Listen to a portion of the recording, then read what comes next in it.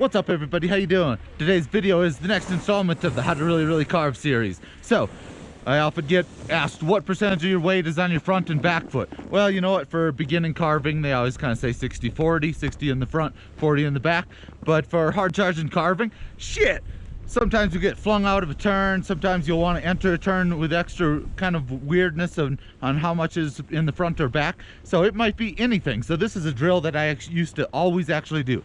In the mornings I'd play around with how much of my weight I could put on my front foot and then how much of my weight I could put in my back foot and still be able to figure out, along those same lines as the Alpine video that I recently made, how to apply pressure to the side cut and make it turn. So if you're actually carving and leaving single pencil line turns, this is perfect for you to try because it'll take your carving to the next level. You'll get accustomed to how the board will change its characteristics of how it will feel when you have different weightings. So if you're on the nose of your board, having more weight up there and still can apply pressure into your side cut, you'll notice the board will really start to cut a lot quicker. And if you're then, when you're playing with your back weight on the back foot, all of a sudden your board's going to feel like it has a much larger radius and it's just not going to make nearly as quick cuts. So it's actually something you just like pushing switch on a skateboard or riding a snowboard switch good.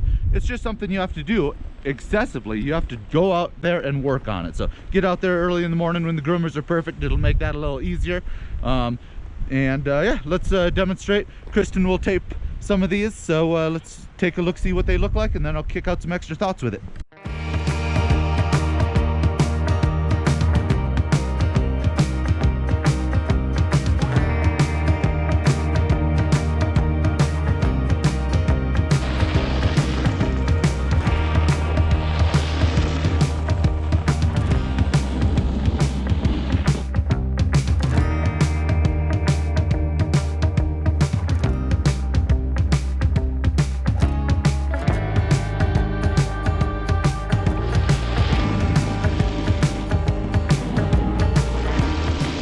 Alright, we're trying those like that. Yeah, you see, with all your weight on the front foot, it's going to be difficult to be tilting your board. But then again, you just have to think about how to apply pressure to your boots, into your high backs, and into your binding straps, and finesse pressure tilting your board rather than skidding your board. So let's take a quick little interlude and talk about skidding your board with it.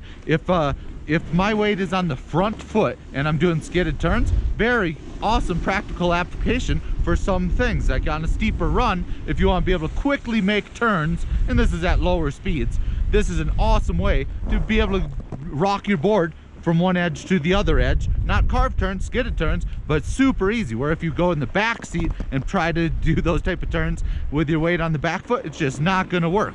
So yeah, definitely an easy practical application and will help for your nose roll butterings and stuff like this.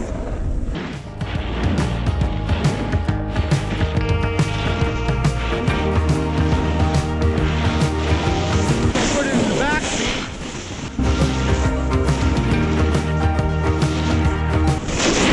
There's no way to easily make those little skidded turns.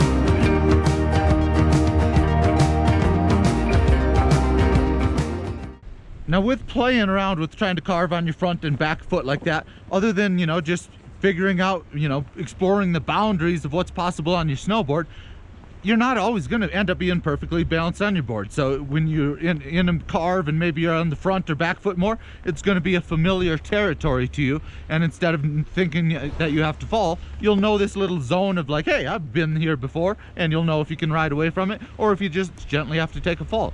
And then the next benefit of this is, oh, it becomes so easy if you've done those drills, regular and switch.